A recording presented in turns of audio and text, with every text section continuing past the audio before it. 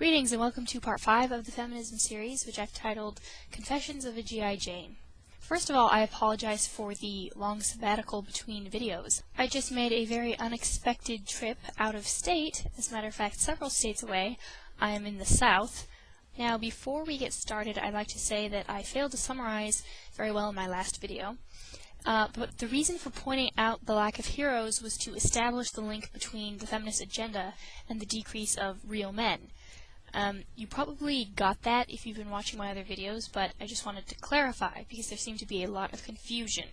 For example, I got a channel comment from a man who will remain nameless because he later apologized to me for his comment and cleared up the misunderstanding. To me, it was just another indicator that there are so many men who have been so burned and so shamed and treated so unjustly by feminists out there that they don't trust even anti-feminist women. They assume that they're selling something, that they're just as selfish as every other feminist out there, that they can't possibly actually have the interests of both men and women at heart. And who can blame them?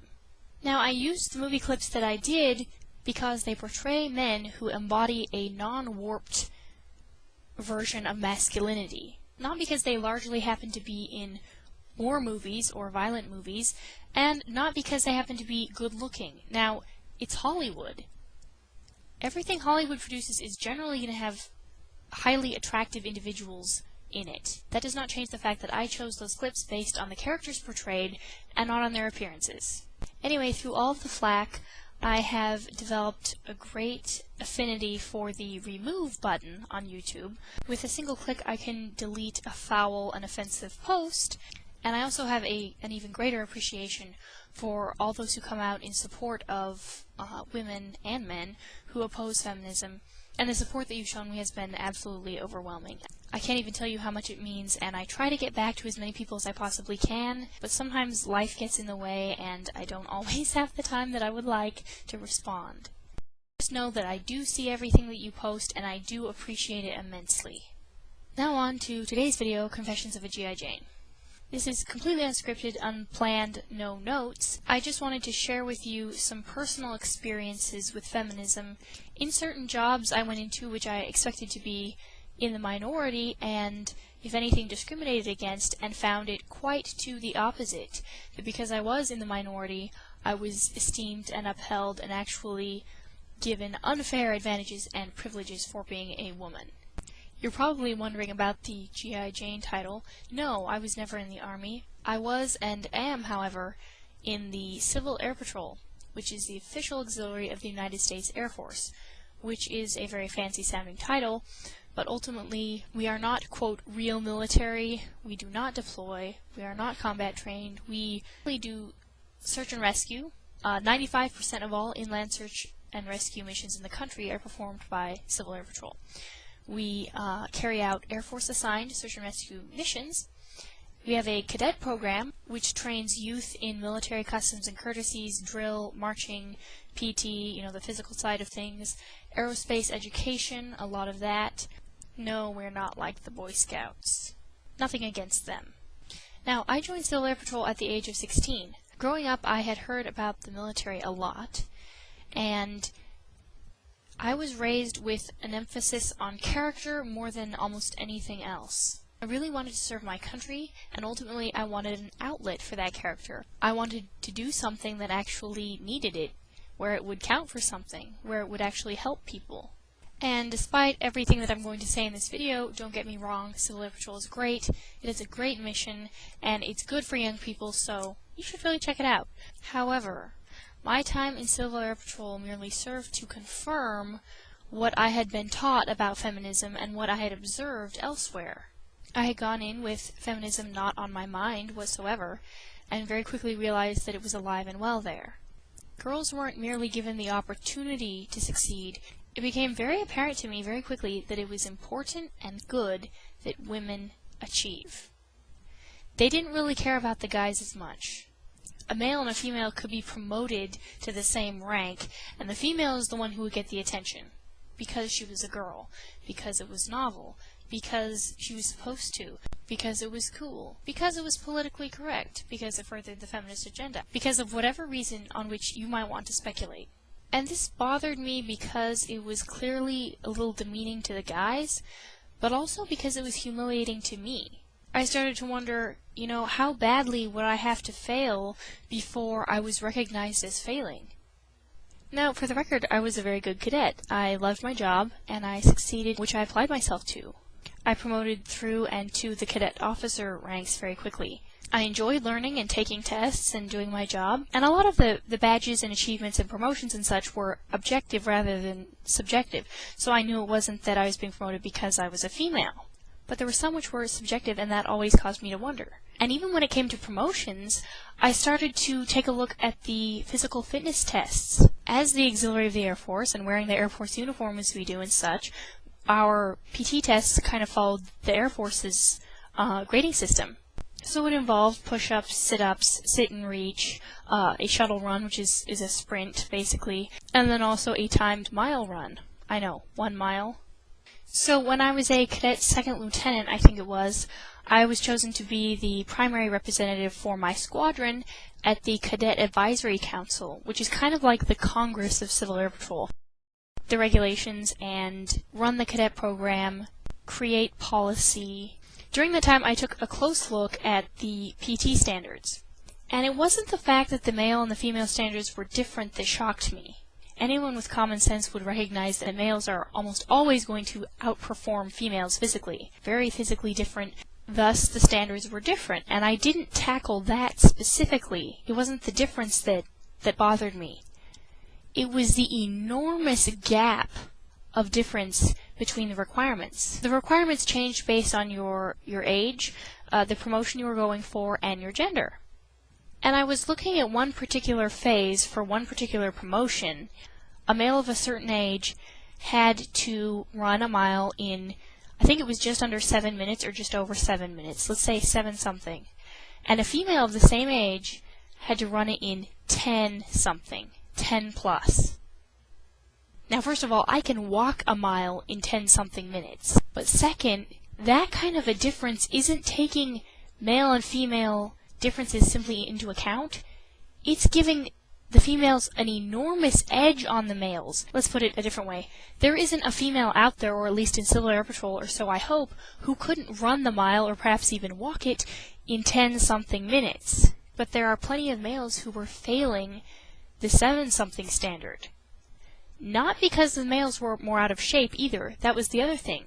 There were plenty of overweight females who were passing and promoting. In other words, it demanded a higher level of fitness from males, even taking into account the fact that male and female levels of physical fitness would be different.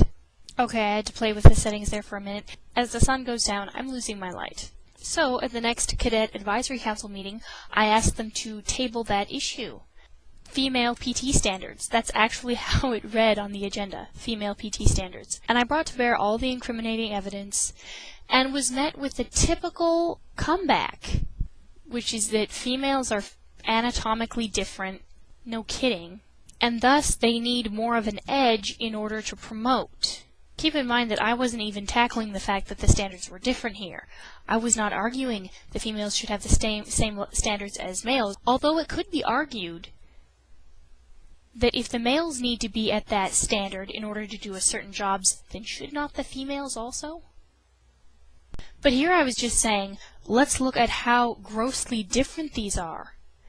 The fact is, I said, we're giving females an advantage over the males. We're promoting plenty of incompetent and physically out-of-shape females, and denying promotion to plenty of males who would easily pass the female standards, and in fact, would almost pass their own.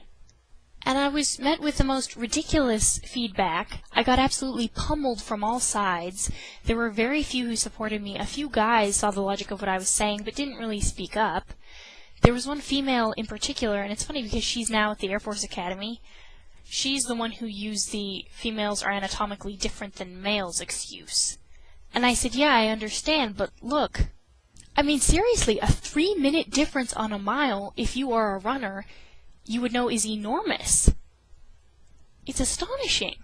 I was told, well, this is based off of Air Force PT standards / the Presidential Fitness Challenge. And I made the argument that, well, that's nice, but If the presidential fitness challenge causes us to unfairly give an advantage to females and disadvantage males, we need to take another look at it. We don't accept the status quo because it is the status quo. Since when do we accept how things are for the sake of how things are? And finally, they tried flattering me and saying, well, not all women are as physically fit as you, and not everybody is a marathon runner, which I was not at that time, by the way. I later did run an extreme trail marathon, but at that time wasn't into long-distance running at all.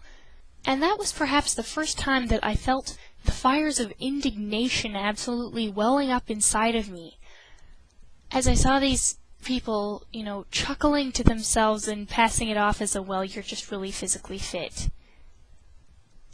That really irritated me because they were using every trick in the book to excuse this female supremacy doctrine. And it was like the emperor who wore no clothes. For all of my insisting and for all the evidence I brought out, and all the logic, all the facts, all the statistics, none of it mattered to them. And they pitched it out the window and pitched me off of the agenda without a single supporting document except perhaps the Presidential Fitness Challenge, and told me never to bring it up again. Apparently it would have been too much work. Well, yeah, sometimes revolution is a lot of work. Sometimes the truth isn't fun to hear. Sometimes it's not simple to implement. That doesn't make it any less the truth. That incident really helped to open my eyes to the reality of the evils of feminism. And suddenly I started to see things I hadn't really seen before. Every time I would, earn a promotion, every time I would earn an award, I would scoop up honor flight or, the honors at an encampment, at training. It was immediately a big thing. I had many officers tell me I was the poster child of Civil Air Patrol, that I had it all, that I was the model cadet. And while I was good at what I did and passionate about what I did, I couldn't help but feel that a lot of it did have to do with the fact that I was a female, because I knew guys who were succeeding as much as I was, and not getting quite the same amount of recognition. The other thing about Civil Air Patrol, and especially the cadet program, was its emphasis on leadership. And women were pushed to lead so much more than the guys, in my opinion. But I cannot count the number of instances where I saw women pushed forward and guys held back. It wasn't enough for women to do their part, it wasn't enough for women to contribute, they had to be out in the lead, they had to be running the show. And there were all too many guys who were completely fine with that. Again, if you hear a lie long enough, it starts to become truth in your mind. I'm no longer a cadet in Civil Air Patrol, by the way, but I am an officer. I'm the public affairs officer for my squadron. So I write news articles and take pictures, and ultimately make Civil Air Patrol look good, ironically enough. Now, one of my reasons in sharing all this was to simply share my experiences with feminism, but another reason is because a lot of the flack I've gotten from feminists has been shot at me with the assumption, and sometimes even the statement, that I'm old-fashioned, I must not have any independence whatsoever, I must not have a personality, I must not have a mind of my own. Well, clearly, come on, I'm doing videos on feminism on YouTube. That I neither want nor am capable of living a life outside the home and of raising children, and that ultimately my opinion is rooted in me being naive and in whatever I've been taught. Those who know me and know some of my adventures would know that none of that could be further from the truth. I have held jobs that the majority of women will never hold, in areas which women do not ordinarily occupy. I've proven myself to be capable, and sometimes even more capable than the men I have worked with. Other than that, I have witnessed discrimination against plenty of men who should have passed me up, and didn't, not because their own lack of ambition or their own lack of capability or leadership, but because the system and the agenda was holding them back. People also like to believe that it's different in the military, and it is not. In fact, it's become quite the hotbed of feminism. A large number, and perhaps the majority of my friends, I would say, are in the military, and the stories I hear from them are appalling. Guys and girls alike. The push for women to succeed and the consequent lowering of the standards has ultimately resulted in the question, gender equality or combat effectiveness, which God do we serve? And America has clearly made her choice. And the next video, part 6, which will be next to last in this series, will be focusing on the backlash of feminism. Thanks for your support and your graciousness. Continue to speak out against feminism and to think freely without the aid of social programming. This is ChristyOMisty saying good night and God bless you.